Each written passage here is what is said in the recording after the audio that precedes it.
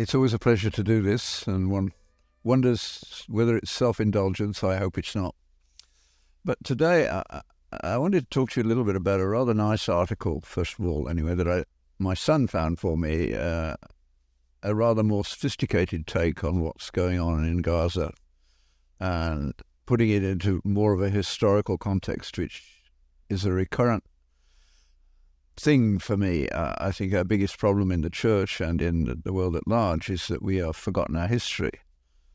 To think that people still think that science can do everything in the world when it deals only with what is measurable is beyond belief, but nevertheless it's true.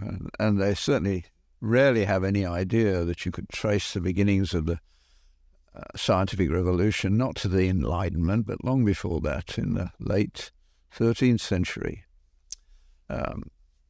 So this is a take on Jewish history. I've always been fascinated by the Jews, particularly in medicine, of course. If you landed in a city anywhere in the world and you desperately needed a doctor and you had no means of knowing their quality, I suspect that statistically it would turn out that the safest bet you could make would be to go to a Jewish doctor, because what Judaism gave to the world was ethical monotheism.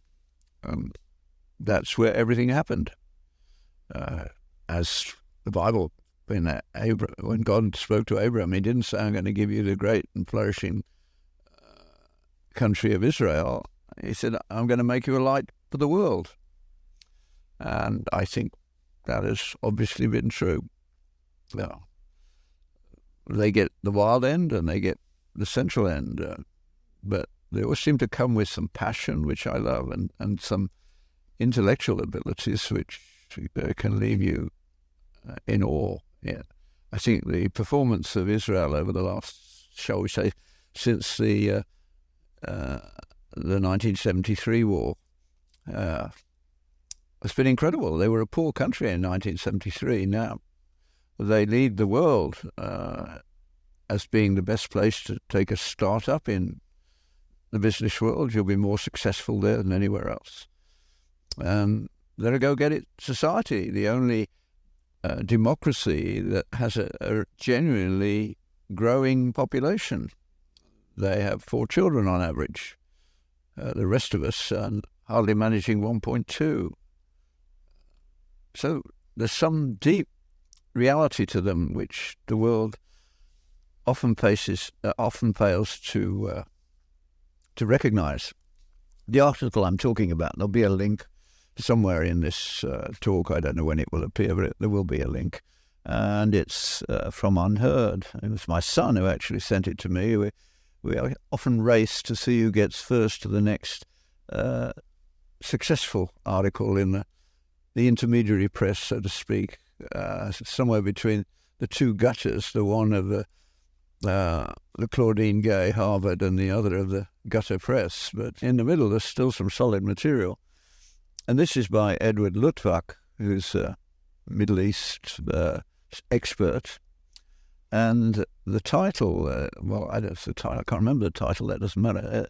But he says Israel is winning this war, and in a way that's very different from what happened in the past. The people who settled in Palestine, as it's called now, but Israel, before the Second World War, were largely socialist inclined. And in fact, in the 1967 war, Golda Meir, she certainly had a left-wing impetus in many respects, but deeply Jewish. And if you've never watched the movie of Golda Meir, it's well worth watching. An amazing woman. And in the 67 war, the movie of that is also, it's a documentary. I don't think they made a movie of it. But in each case, of course, the Jews won. They do have an overconfident streak. So in the first case, they preempted and wiped out the air forces of Israel, Syria, and Jordan before they knew it was happening. But in 73, it was the other way around. They didn't react in time, and the result was near disaster.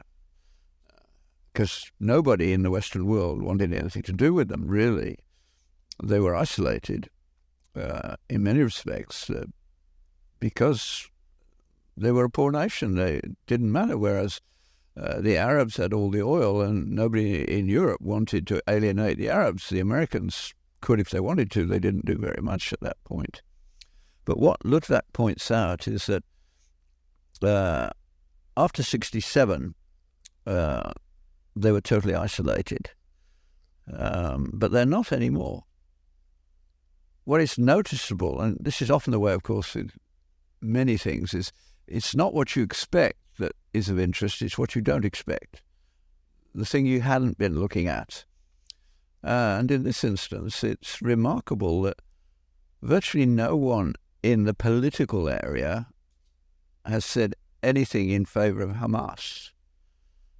It's only the activists on the streets and the uneducated students who know no history at all. But governments, they have not said anything because they're all moving. After this war is over, Lutvak says Saudi Arabia and Israel will have normalized relationships. And he maintains that the reason the war was started was by Iran because they wanted to stop that at almost any price, and they've had the exact opposite effect. Because the barbarity of October the 7th gets to anyone who has the guts and honesty to go and look at the data and look at the bodies, etc. It was barbarism. And when you look at an organisation that's perfectly willing to put women and children as shields in front of their rocket launch sites, there's got to be something wrong with you when your emotions have settled down. If you don't say, oh my goodness, that is awful. Now, I understand students, just anything that's got America involved or Jews involved, their first response is to think they should march. They forget, I mean, the communist movement, which was when I was a student, I fell for it too. All that left-wing stuff at that stage came from Jewish people. The revolutionaries, they always have had a sort of revolutionary impetus. So even Lenin, who wasn't Jewish, but he had a Jewish grandfather. But there were a large number of Jews in the communist movement, even though later Russia became anti-Semitic too. So Lutvak points out that this total isolation is easily demonstrated to be no longer in existence. For instance, even during this period of the Gaza war, Israel's Air Force and the Russian Air Force have cooperated to work over Syria to keep Iran from getting out of hand. The Saudis have said they're going to normalize relationships because their big problem is they've got a younger generation who are totally lazy. Wealth of the order that they have in the oil states leads to very self-indulgent young people, males. I mean, the women are locked up in so many places, in effect, isolated, but the men are disastrously self-indulgent. So Saudi is sending people to Israel to learn to work, in effect. They wouldn't say it that way. They have all sorts of fancy phrases for it. And they send lots of people to the Western world. All the medical schools and universities in North America have become deeply dependent on Saudi money. It's astonishing to see how important that has become, but it allowed them to grow to unsustainable proportions. There's going to be some pushback at that level. But India, for instance, gets most of its military supplies now not from Britain as it used to, but from Israel. Israel's technological successes are incredible. Virtually all the software for your phone and everything else is written in Israel. We need to stand back and say, oh my goodness, the political world acknowledges this tacitly, if not openly. The reason nobody in Europe supported Israel in the 1967 war was oil. The reason they are supporting them now is oil again, but this time the dreadful effects of being very wealthy without any necessity to work. That's the problem of the Arab world. Now, what that leads to, the anti-Semitism is a new phenomenon. For centuries, Jews, in the Middle East, it's a new phenomenon. For centuries, Jews and Muslims lived together quite peaceably. Anti-Semitism has really only been a result of the Muslim Brotherhood and that crowd. Only in other words, early to mid 20th century is when that aspect of things began to emerge. There's a lovely book, The Journey from the Holy Mountain. Who was it written by now? Forgotten the author, but he walks from Mount Athos to Egypt, repeating a journey that was made centuries before to see how things had changed. It's an interesting historical, it's not a serious history, but it's a way of looking at it and making you realize the way we look at the world is in many ways very recent. Anti-Semitism is bad for the soul. Everybody who starts to hate other people for no good reason are doing more damage to themselves than they are to the people they hate. Jesus says, pray for the people who use you badly. Love your enemy, because you are already on the winning side. There isn't a solution in this world for anyone. We all die. We're all facing exit as we arrived with nothing. Naked we arrived and naked we leave into. We need to recognize that. And anybody who, for instance, as I have, has spent a lot of time with people who will never have a satisfying life, know that you can only do that work if you truly believe that this world is a training ground. We're not here to have a good time. We're here to learn what our real problems are and what the real solution is. The problem at this level for the Jews, of course, is Orthodox Jews still think that if they keep the law for a day, Messiah will come. But what Jesus said was quite different. He turned the traditional Jewish understanding of law as a means to righteousness upside down. And he said, no. The law was not meant to make you good because it can't. The law is given so that you can know who you really are. And the whole angry young people today is largely because we've lost our cultural base. It's a ridiculous thing to have done, but we have. America in particular is unique historically. No other nation has ever got going the way that America did. And right from the beginning, the founders of the US understood that the biggest problem in politics is unmitigated power. So they actually cobbled together a constitution that is virtually unworkable without cooperation. Certainly it's very difficult for anybody, any one or two or small group of people to take total control. The system is designed that way. It was brilliant. And of course, the other thing is that America was a Protestant nation. And that was, again, for reasons which are purely practical. In the 1770s, when you were getting going, there was no effective means of communication and travel was very slow. And people pushed westward. And everywhere they settled down, they had the problems of settling down. The only organization that worked was the little churches, and they became the center of community. To this day, outside what the world thinks is America, New York, Los Angeles, San Francisco, they're not America. America is small town America. Canada doesn't have small towns on the same proportion. And they are can-do places. Once you have big government, the population becomes paralyzed. But, of course, in the founding of America, that was just not possible. You had to get on and do it in the conditions in which you found yourself. And the church was the mediating structure that worked. Congregationalism may come back because our churches are rotting from the top down, aren't they? The Catholics have problems right at the top with dreadful behaviour in some of the cardinals. The evangelical churches have the same. The liberal churches don't have a message people want, so they're just fading away. Reality in the end will always come up. Whether we take it or not, I don't know.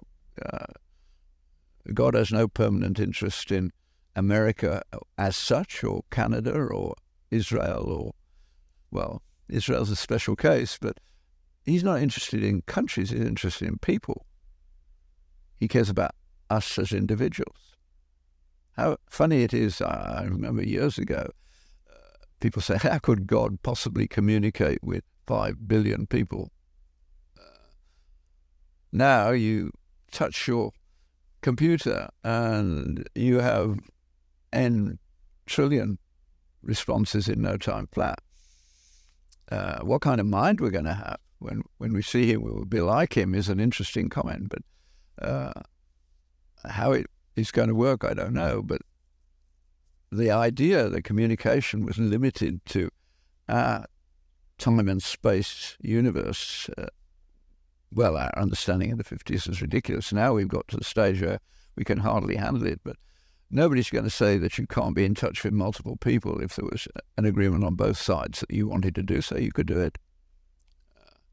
You only have to look at even something as miserable and, in fact, dangerous as TikTok can get people in their millions going to one site in no time flat if they happen to go viral, so to speak. Jordan Peterson, his career took off because of one television interview that went viral. Gotcha, he said. And yes, you have, said the journalist, and that went off in the millions. And now the elites who want to punish him are trying to make him take remedial training for psychology. And he's working out how, maybe I will, he says, and I'll record every moment of it and make fun of it. They've talked themselves into a position where they can only end up looking foolish.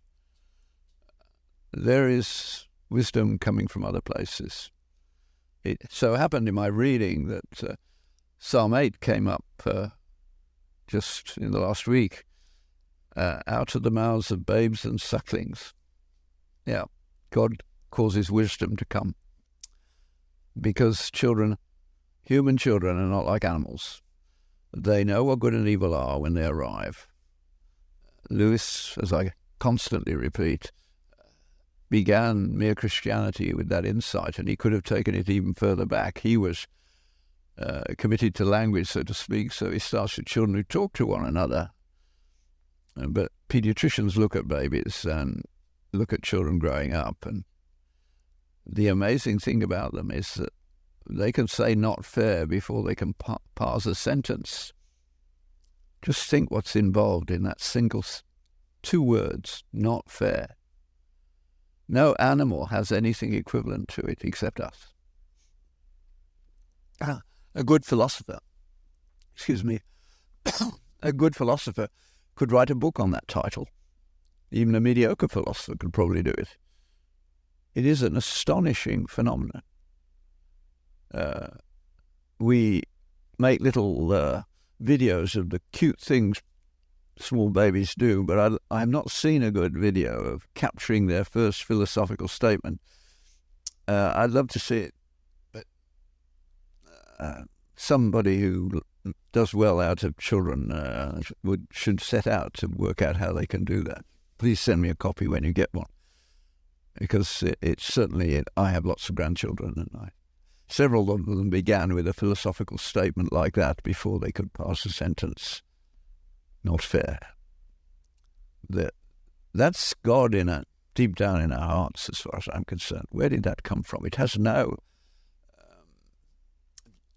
Darwinian explanation. the Darwinian world truly is red in tooth and claw. But what makes our world worth living is when people do superb things that don't actually advantage them in this world, except that in their souls, of course, they are made so much more satisfied than they were before. Probably the best thing I ever did with medical students was to take quite a few of them to Africa, or to be the means whereby they got there. Now, they were idealistic. Most kids arriving in medical school want to help people. Sadly, there are an increasing number who are joining medicine in order to make money. Hopefully that will not survive, but it's hard to weed it out. But still, the large majority of them want to help people because they've been brought up to realize that's a good thing. So when I came back from my first visit to Africa for a year and a sabbatical, they wanted a talk, so I gave one. My wife having taken lots of pictures. And then they said, two of them came up to me, a lapsed Catholic girl and the class pro-choicer, and said, will you take us to Africa with you? To which I said, I don't know, I'm going there again. They said, quite right, your wife is. And I knew that it was going to happen. I said, well, what would you do for me? And they said, anything you want. So we developed to what we called Ottawa Medical Students for International Health. OMSI was what they put together. And over the years, about 40 students went with us to Africa. And I used them basically to collect data for me. And that meant I dumped them in a village 2 days' walk from anywhere, no running water, no electricity, and they had to weigh and measure every child in the village so that I could follow whether malnutrition rates had some local variant cause which I could track down. But the important thing was that they all said it was the most incredible experience they'd had. For a couple, it was really a close thing as to whether they could survive that experience. But for most of them, that was not the case. They came back realizing that Africans are in the stage of moving from a pagan world to a theistic one, a Christian theistic one. North Americans and the Western world at large are moving from a Judeo-Christian monotheistic ethical society to a nihilistic, totally competitive society. The phrase that got me many years ago was that you need a hermeneutic of suspicion. Now, that's a lovely academic phrase. What it means is your basic understanding of everything must start from not trust, but the absence, distrust. That actually, although they don't put it that way, Pellegrino first used the phrase, and I missed it first time round, that we're trying to run systems like medical systems on antitrust, so to speak. We have made autonomy the top thing instead of beneficence. And so we end up forcing doctors into defensive medicine rather than open, trusting medicine.